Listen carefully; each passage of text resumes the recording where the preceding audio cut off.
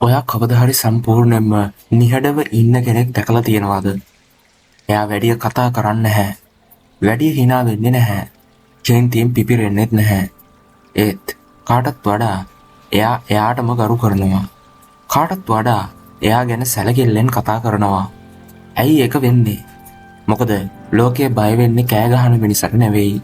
හැමදාම කියනවා වගේ පාලනය ඇති මිනිසටයි. පළවෙනි දේ හැඟීම් පාලනය කරන මිනිසා.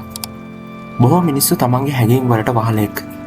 කේන්ති ආවම කෑ ගහනවා, බය වුණාම කලබල වෙනවා. ඒ වගේ මිනිස්සු කියවන්න ලේසි. ඒ වගේ මිනිස්සෙක්ව පාලනය කරන්නත් ලේසි. හැබැයි සීරුවෙන් හැඟීම් පාලනය කරන් ඉන්න මිනිසා එයා කේන්තිය පාලනය කරනවා. එයා බය පාලනය කරනවා. එයා කලබලය පාලනය කරනවා. එයා මුලින්ම බලන්නේ తত্ত্বය. ඊට පස්සේ තීරණ ගන්නේ. එතනින් එයා බලවත් වෙනවා. දෙවනි දේ නිහඬතාවය. නිහඬව ඉන්නවා එක දුර්වලකමක් නෙමෙයි. නිහඬතාවය කියන්නේ පාලනය.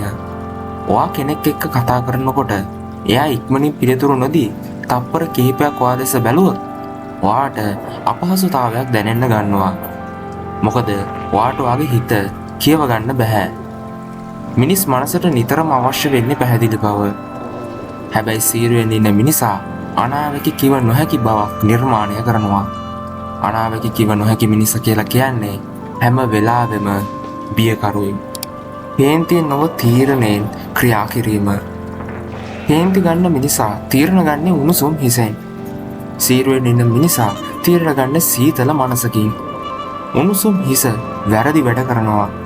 සීතල මනස නිවැරදි මාර්ගය තෝරනවා. කුණාටුවක් මැද නොසැලෙන කන්දක් වගේ සීරුවෙන් ඉන්න මිනිසා ඕනෑම තත්ත්වයක ස්ථාවරයි. ඒ ස්ථාවර භාවය අනිත් අයට බිය උපදවනවා. හතරවෙනි දේ අනුමැතිය සෙවීම. දුර්වල මනුස්සයා අනුන්ගේ අනුමැතිය හොයනවා. මම හරිද? ඔයාට මොකද හිතෙන්නේ? මේ ප්‍රශ්න එයාගේ දුර්වලකම් පෙන්වනවා. සීරුවෙන් ඉන්න මිනිසා තමන්ගේ තීරණ වලට වග කියනවා. ඔහු තමන්ව විශ්වාස කරනවා. තමන්ව විශ්වාස කරන මිනිසා අනුන්ගෙන් බය නැහැ. අනුන්ගෙන් බය නැති මිනිසා බියකරුයි. පස්වෙනි දේ අඩු වචන වැඩි බලපෑම. සද්ද කරන මිනිසා අවධානය ලබා ගන්න උත්සාහ කරනවා. හැබැයි නිහඬ මිනිසා ගරුත්වය ගන්න උත්සාහ කරනවා. එයා කතා කරනකොට මිනිස්සු ඒක දිහා අහන් ඉන්නවා. එයා බලනකොට මිනිස්සු තීරණාත්මක වෙනවා. එයා පියවරක් ගන්නකොට මිනිස්සු සලකන්නේ සැලකිල්ලෙන්.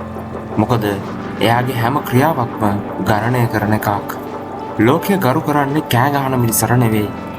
ලෝකය හැම වෙලාවෙම ගරු කරන්නේ සීරුවෙන් ඉන්න හැඟීම් පාලනය කරන තීරණ ගන්න පුළුවන් මිනිසටයි. ඔයාට බලවත් වෙන්න ඕනේ නම් මුලින්ම ඔයාගේ මනස පාලනය කරන්න. උනාටුවක් මැද නොසැලෙන කන්දක් වෙන්න. ජය වේවා.